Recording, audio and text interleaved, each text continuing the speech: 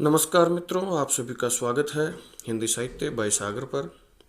और आज हम कक्षा 11 के अंतरा भाग 1 के दूसरे काव्य खंड में शामिल सूरदास जी को पढ़ने जा रहे हैं। पहले हम कवि परिचय पढ़ेंगे, उसके बाद उनके लगे हुए पदों का अध्ययन हम करेंगे। और यह अध्ययन हम हिंदी साहित्य फर्स्ट ग्रेड और सेकंड ग्रेड के हिसाब से हम करेंगे। तो सूरदास जी को हम पढ़ना शुरू करते हैं। सूरदास जी का जन्म रुनकता या रेणुका क्षेत्र, जो कि आगरा उत्तर प्रदेश के निकट है, वहाँ पर माना जाता है। हालांकि कुछ विद्वानों ने जो है इनका जन्म स्थान जो है सिही ग्राम को माना है, जो कि दिल्ली के निकट है। सूरदास मथुरा और वृंदावन के बीच गौ घाट पर रहा करते थे और वहीं पर जो है ये विनय के पद गाया करते थे। वे महाप्रभु वल्लभाचार्य के शिष्य थे और जब वल्लभाचार्य के शिष्य बने तभी इन्होंने मतलब में श्रृंगार और वात्सल्य की रचनाएं लिखना भी आरंभ की, क्योंकि वल्लभाचार्य ने ही इनको ज्ञान दिया। तब पुष्टिमार्ग संप्रदाय के अंतर्गत ये शामिल हुए और पुष्टिमार्ग संप्रदाय में एक अष्टछाप कवियों का एक समूह था, तो उसमें ये सर्वाधिक प्रसिद्ध थे। अष्टछाप क्या है मैं आपको बता देता हूँ। एक दिन में 8 पहर होते हैं और 8 पहरों में 8 कवियों को रखा गया जिनको भगवान का भजन करना था मंदिर में जाकर के। तो उन अष्टचाप के कवियों में ये सर्वाधिक प्रसिद्ध थे। अन्य भी थे, उनमें नंददास थे, कुंभनदास थे, सबसे वरिष्ठ कुंभनदास थे। मैं आपको क्रम से बता देता हूँ। अष्टचाप के कवियों में वरिष्ठता के हिसाब से कौन कौन आएंगे। सबसे पहले कुंभनदास है, उसके बाद सूरदास जी, फिर परमानंद दास है, फिर कृष्णदास है, फिर उसके बाद गोवर्धन दास, फिर चतुर्भुज दास, फिर चीत स्वामी, और एक और व्यक्ति हैं नंददास। और नंददास जो थे अंतिम सबसे छोटे, वो कुंभनदास के ही पुत्र थे।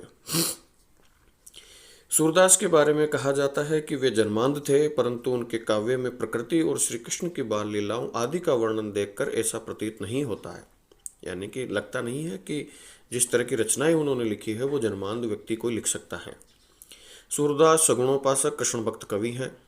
हम ये भी जानते हैं कि हिंदी साहित्य के भक्ति काल में साहित्य की 4 धाराएं चली थी। एक राम भक्ति की शाखा, एक कृष्ण भक्ति की शाखा, एक सूफी मार्ग की शाखा जो कि सूफी काव्य के अंतर्गत आती है, और एक जो है संत काव्य जो कि निर्गुण काव्य के अंतर्गत आता है। तो ये जो कृष्ण भक्ति की जो शाखा थी उसके अंतर्गत ये आते हैं और उसी के प्रधान कवि ये हैं। उन्होंने कृष्ण के जन्म से लेकर मथुरा तक जाने की कथा इतना ही लिखा है उन्होंने। जो सूरसागर जो लिखा है, सूरसागर में कृष्ण के जन्म से लेकर उनके मथुरा गमन तक की कथा ही हमको मिलती है। इसके अलावा कृष्ण की विभिन्न लीलाओं से संबंधित अत्यंत मनोहर पदों की रचनाएं की हैं, जो कि वात्सल्य रस से भरी हुई है। श्री कृष्ण की बाल लीलाओं का वर्णन अपनी सहजता, मनोवैज्ञानिकता और स्वाभाविकता के कारण हुआ है, स्वाभाविकता के साथ हुआ है, और इसी कारण से वो जो है अद्वितीय है। वे मुख्यतः वात्सल्य और श्रृंगार रस के कवि हैं। यानी कि सूरदास जी जो है मुख्य रूप से वात्सल्य और श्रृंगार के कवि है। और रामचंद्र शुक्ल ने कहा है कि इसके बाद जिन कवियों ने भगवान श्री कृष्ण का वर्णन किया है वो सूर की झूठन सी जान पड़ती है। सूर का अलंकार विधान उत्कृष्ट है, उसमें शब्द चित्र उपस्थित करने एवं प्रसंगों को वास्तविक अनुभूति कराने की पूर्ण क्षमता है। और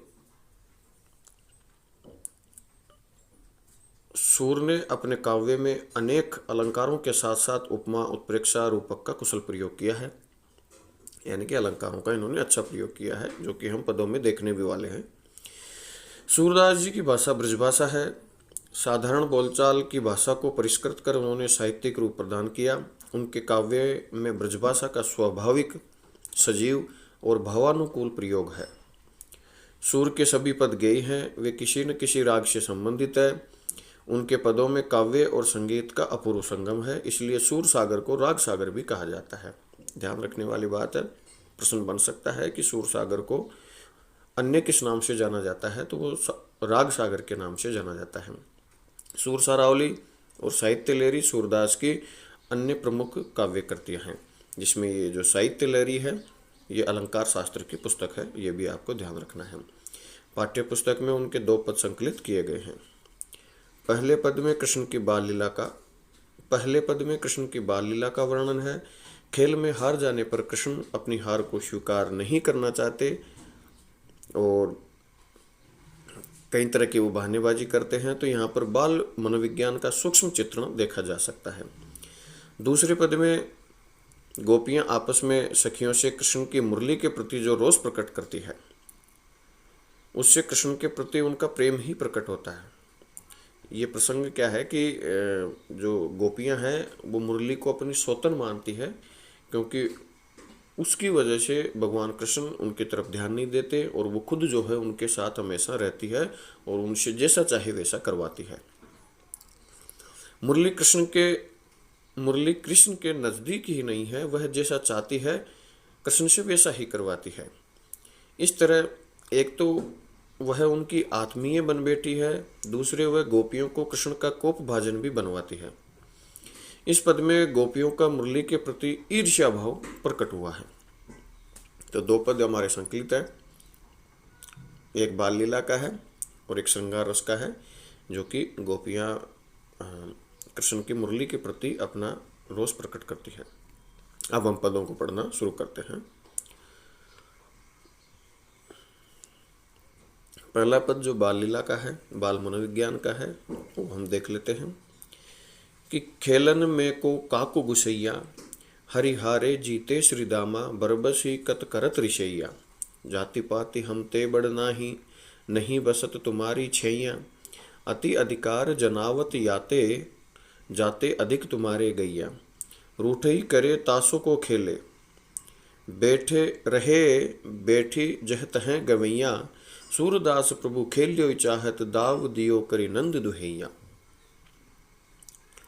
खेलन में क्यों काको गुसैया, खेलन में यानी कि खेलने में, को यानी कि कौन, काको यानी किसका, गुसैया यानी कि स्वामी होता है, यानी खेलने में कौन किसका स्वामी होता है, सब बराबर ही होते हैं।